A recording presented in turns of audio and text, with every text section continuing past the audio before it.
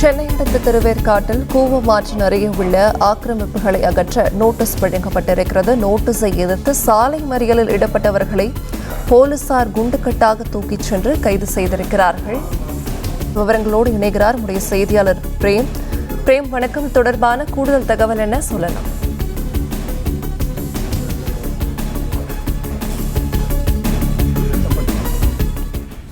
வீடுகள் ஆக்கிரமிப்பு வீடுகள் கட்டப்பட்டிருக்கு. அதாவது குறிப்பாக பொதுப்பணித்துறை அதிகாரிகள் அந்த வீடை அகற்றும் என கோரிக்கை வைக்கின்றனர். அந்த கோரிக்கை எதிர்த்து கடந்த சில தினங்களாக அந்த பொதுப்பணித்துறை மற்றும் வருவாய்த்துறை அதிகாரிகள் உள்ளிட்ட ஒரு 50க்கும் மேற்பட்ட அதிகாரிகள் கடந்த வாரம் போது அந்த வீடை கணக்கெடுத்து தற்போது இன்றைய தினம் அந்த கணக்கெடுத்த ஒரு 160க்கும் மேற்பட்ட வீடுகளை நோட்டீஸ் ஒட்டுறதுக்காக வந்திருந்தார்கள்.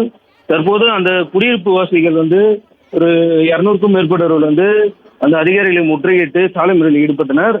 இதை அறிந்த திருவேற்காடு போலீசார் குவிக்கப்பட்டு ஒரு 100க்கும் மேற்பட்ட போலீசார் குவிக்கப்பட்டிருக்கு. அவங்க சாலை மறியலில் ஈடுபட்டனர்.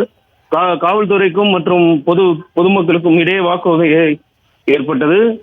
குறிப்பாக அவங்க சுமார் ஒரு அரை மணி நேரத்துக்கு மேலாக சாலை மறியலில் ஈடுபட்டனர். இப்போ தற்போது அவர்களை கைது செய்து தனியார் மண்டபத்தில் அடைக்கப்பட்டிருக்கிறது.